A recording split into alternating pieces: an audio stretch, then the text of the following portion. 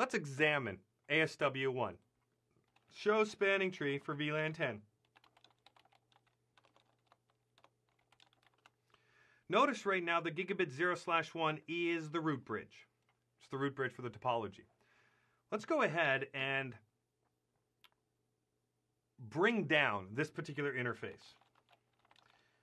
I said root bridge, root port. Gig 01 is the root port for this spanning tree topology. DSW1 is the root bridge.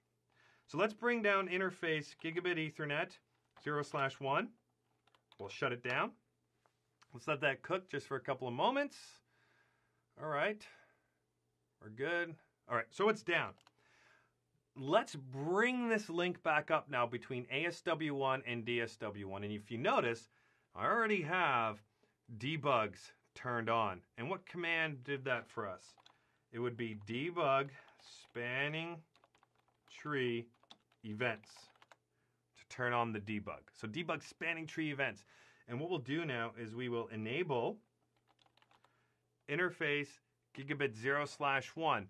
And we'll see the proposal and agreement process happen between ASW1 and DSW1 because that will be the better path towards the root bridge than gigabit 0/2, which we were using once we brought down that interface.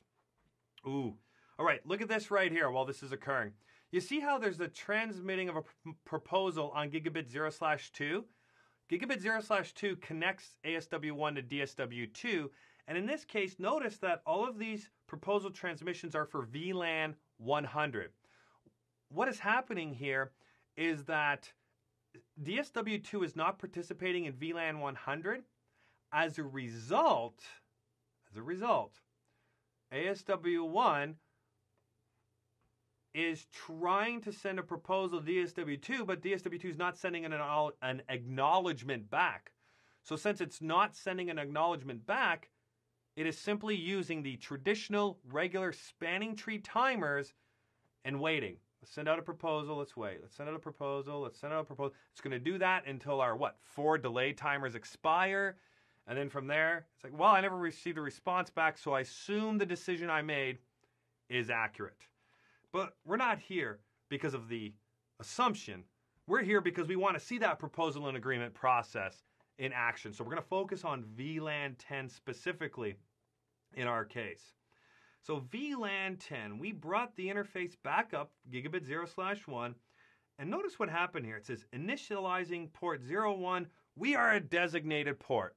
So immediately it classified itself as a designated port going back to the root bridge.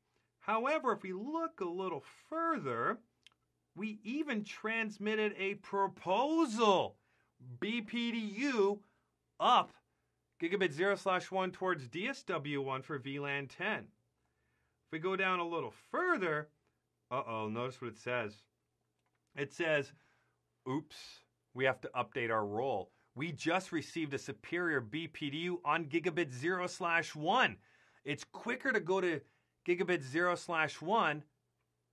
It's quicker to go to DSW1, the root bridge, through gigabit 0/1 based on the superior BPDU received inbound on gig 01. So now, since it's the quicker path, gig 01 becomes the root port. And because of this, gig 02 becomes blocked. Why is it becoming blocked? Because of the proposal agreement process.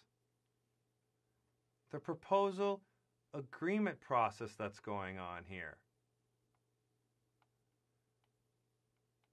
I have to make sure that downstream from ASW1, there's no loop right now. Gig 02, because of the BPU that was received, and because ASW1 identifies that gig 01 is the best way back, it is going to block gig 02 and make it the alternate port for VLAN 10. If we go down a little further, we can see for VLAN 10 now, since the topology is synchronized, there's no loops. We can transmit the agreement back on gigabit 0/1 as a response to that proposal And then therefore DSW1 can unblock gig 101. And look at this. Interface gig 01 can now officially transition to what? To up. We just unblocked that port. So there was that example. The proposal and agreement process in action that happens before the interface officially goes up. And look how fast it occurred. It occurred instantaneously.